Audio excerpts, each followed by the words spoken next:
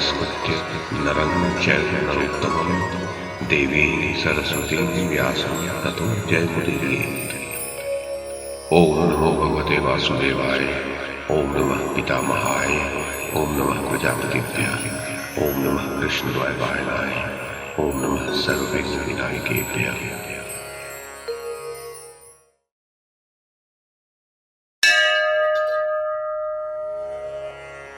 संजय ने कहा, महाराज धृतराष्ट्र, कृपाचार्य का वचन धर्म और अर्थ से युक्त तथा मंगलकारी था।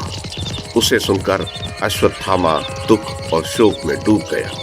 उसके हृदय में शोक की अग्नि प्रज्वलित हो उठी। वह उससे चलने लगा और अपने मन को कठोर बनाकर कृपाचार्य और कृतवर्मा दोनों से बोला, मामा जी, प्रत्येक मनुष्य में जो पृथक पृथक बुद्धि होती है वही उसे सुंदर जान पड़ती है। अपनी अपनी उसी बुद्धि से वे सब लोग अलग अलग संतुष्ट रहते हैं। सभी लोग अपने आप को अधिक बुद्धिमान समझते हैं। सबको अपनी ही बुद्धि अधिक महत्वपूर्ण जान पड़ती है और सब लोग अपनी ही बुद्धि की प्रशंसा करते हैं। सबकी दृष्टि में अपनी ही बुद्धि धन्यवाद पाने योग्य ऊंचे पद पर प्रतिष्ठित जान पड़ती है। सब लोग दूसरों की बुद्धि की निंदा और अपनी बुद्धि की बारंबार सराहना करते हैं।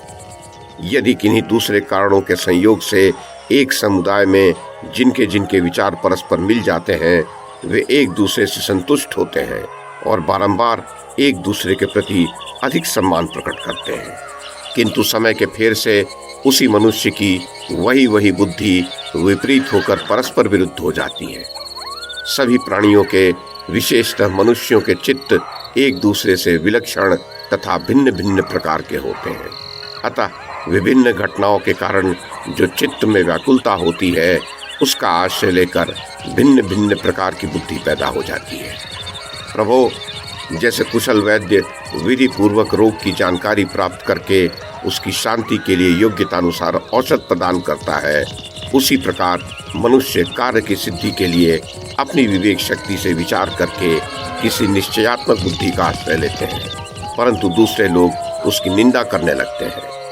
मनुष्य युवावस्था में किसी और ही प्रकार की बुद्धि से मोहित होता है, मध्यम अवस्था में दूसरी ही बुद्धि से वह प्रभावित होता है, किंतु वृद्धावस्था में उसे अन्य प्रकार की ही बुद्धि अच्छी लगने लगती है। भोजवंशी कृतवर्मा, मनुष्य जब किसी अत्यंत घोर संकट में पड़ जाता है अथवा उसे किसी महान ऐश्वर्य की प्राप्ति हो जाती है, तब उस संकट और समृद्धि को पाकर उसकी बुद्धि में क्रमशः शोक एवं हर्ष रूपी विकार उत्पन्न हो जाते हैं। उस विकार के कारण एक ही पुरुष में उसी समय भिन्न भिन्न प्रकार की विचारधारा उत्पन्न हो जाती है, परंतु अवसर के अनुरूप न होने पर उसकी अपनी ही बुद्धि उसके लिए अरुचिकर हो जाती है। मनुष्य अपने विवेक के अनुसार किसी निश्चय पर पहुंचकर जिस बुद्धि को अच्छा समझता है, उसी के द्वारा कार्य सिद्धि की चेष्टा करता है।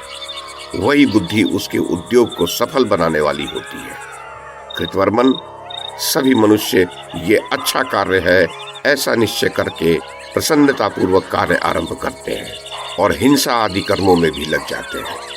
सब लोग अपनी ही बुद्धि अथवा विवेक का आश्रय लेकर विविध प्रकार की चेष्टाएं करते हैं और उन्हें अपने लिए हितकर ही समझते हैं। आज संकट में पड़ने पर मेरे अंदर जो बुद्धि पैदा हुई है, उसे मैं आप दोनों को बता रहा हूँ। वो मेरे शोक का विनाश करने वाली है। गुणवान प्रजापति ब्रह्मा जी प्रजाओं की सृष्टि करके उनके लिए कर्म का विधान करते हैं और प्रत्येक वर्ण में एक एक विशेष गुण की स्थापना कर देते हैं। वे ब्राह्मण में सर्वोत्तम वेद, क्षत्रिय में उत्तम तेज, वैश्य में व्यापार कुशलता तथा शूद्र में सब वर्णों के अनुकूल चलने की वृत्ति को स्थापित कर देते हैं। मन और इंद्रियों को वश में न रखने वाला ब्राह्मण अच्छा नहीं माना जाता।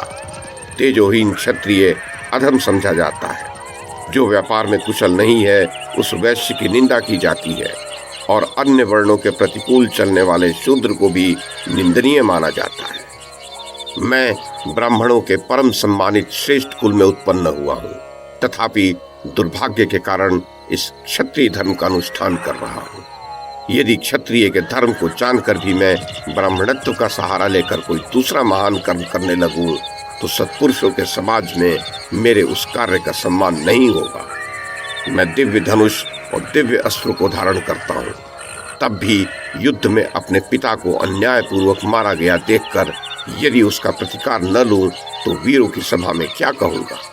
अतः आज मैं अपनी रुचि के अनुसार उस क्षत्रिय धर्म का सहारा लेकर अपने महात्मा पिता तथा राजा दुर्योधन के पथ का अनुसरण करूंगा।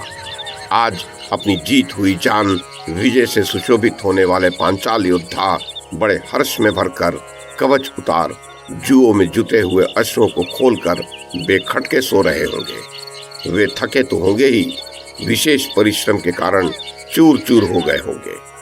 रात्रि में सुस्थिर चित्त से सोए हुए उन पांचालों के शिविर में घुसकर मैं उन सब का संहार कर डालूंगा। समूचे शिविर का ऐसा विनाश करूंगा जो दूसरों के लिए दुष्कर है। जैसे इंद्र दानवों पर आक्रमण करते हैं, उसी प्रकार मैं भी शिविर में मुर्दों के समान अचेत पड़े हुए पांचालों की छाती पर चढ़कर उन्हें पराक्रम पूर्वक मार डालूंगा। साधु शिरोमणे, जैसे जलती हुई अग्नि सूखे वन या तिनकों की राशि को जला डालती है, उसी प्रकार आज मैं एक साथ सोए हुए धृष्टद्युम्न आदि समस्त पांचालों पर आक्रमण करके उन्हें मृत्यु के घाट उतार दूंगा। उनका संहार कर लेने पर ही मुझे शांति मिलेगी। जैसे प्रलय के समय क्रोध में भरे हुए साक्षात पिनाकधारी रुद्र समस्त प्राणियों पर आक्रमण करते हैं, उसी प्रकार आज युद्ध में मैं पांचालों का विनाश करता हुआ उनके लिए काल रूप हो जाऊंगा। आज मैं रणभूमि में समस्त पांचालों को मारकर उनके टुकड़े टुकड़े करके हर्ष और उत्साह से संपन्न हो पांडवों को भी कुचल डालूंगा। आज समस्त पांचालों के शरीरों से रणभूमि को शरीर धारणी बनाकर एक एक पांचाल पर भरपूर प्रहार करके मैं अपने पिता के ऋण से मुक्त हो जाऊंगा। आज पांचालों को दुर्योधन, कर्ण, भीष्म तथा जयद्रथ के दुर्गम मार्ग पर भेजकर छोड़ूंगा। आज रात्रि में मैं पांचाल राज धृष्टद्युम्न के सिर को पशु के मस्तक की भांति बलपूर्वक मरोड़ डालूंगा।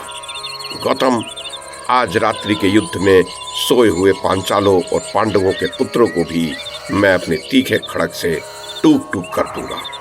महामते, आज रात्रि को सोते समय उस पांचाल सेना का वध करके मैं कृतकृत्य एवं सुखी हो जाऊंगा।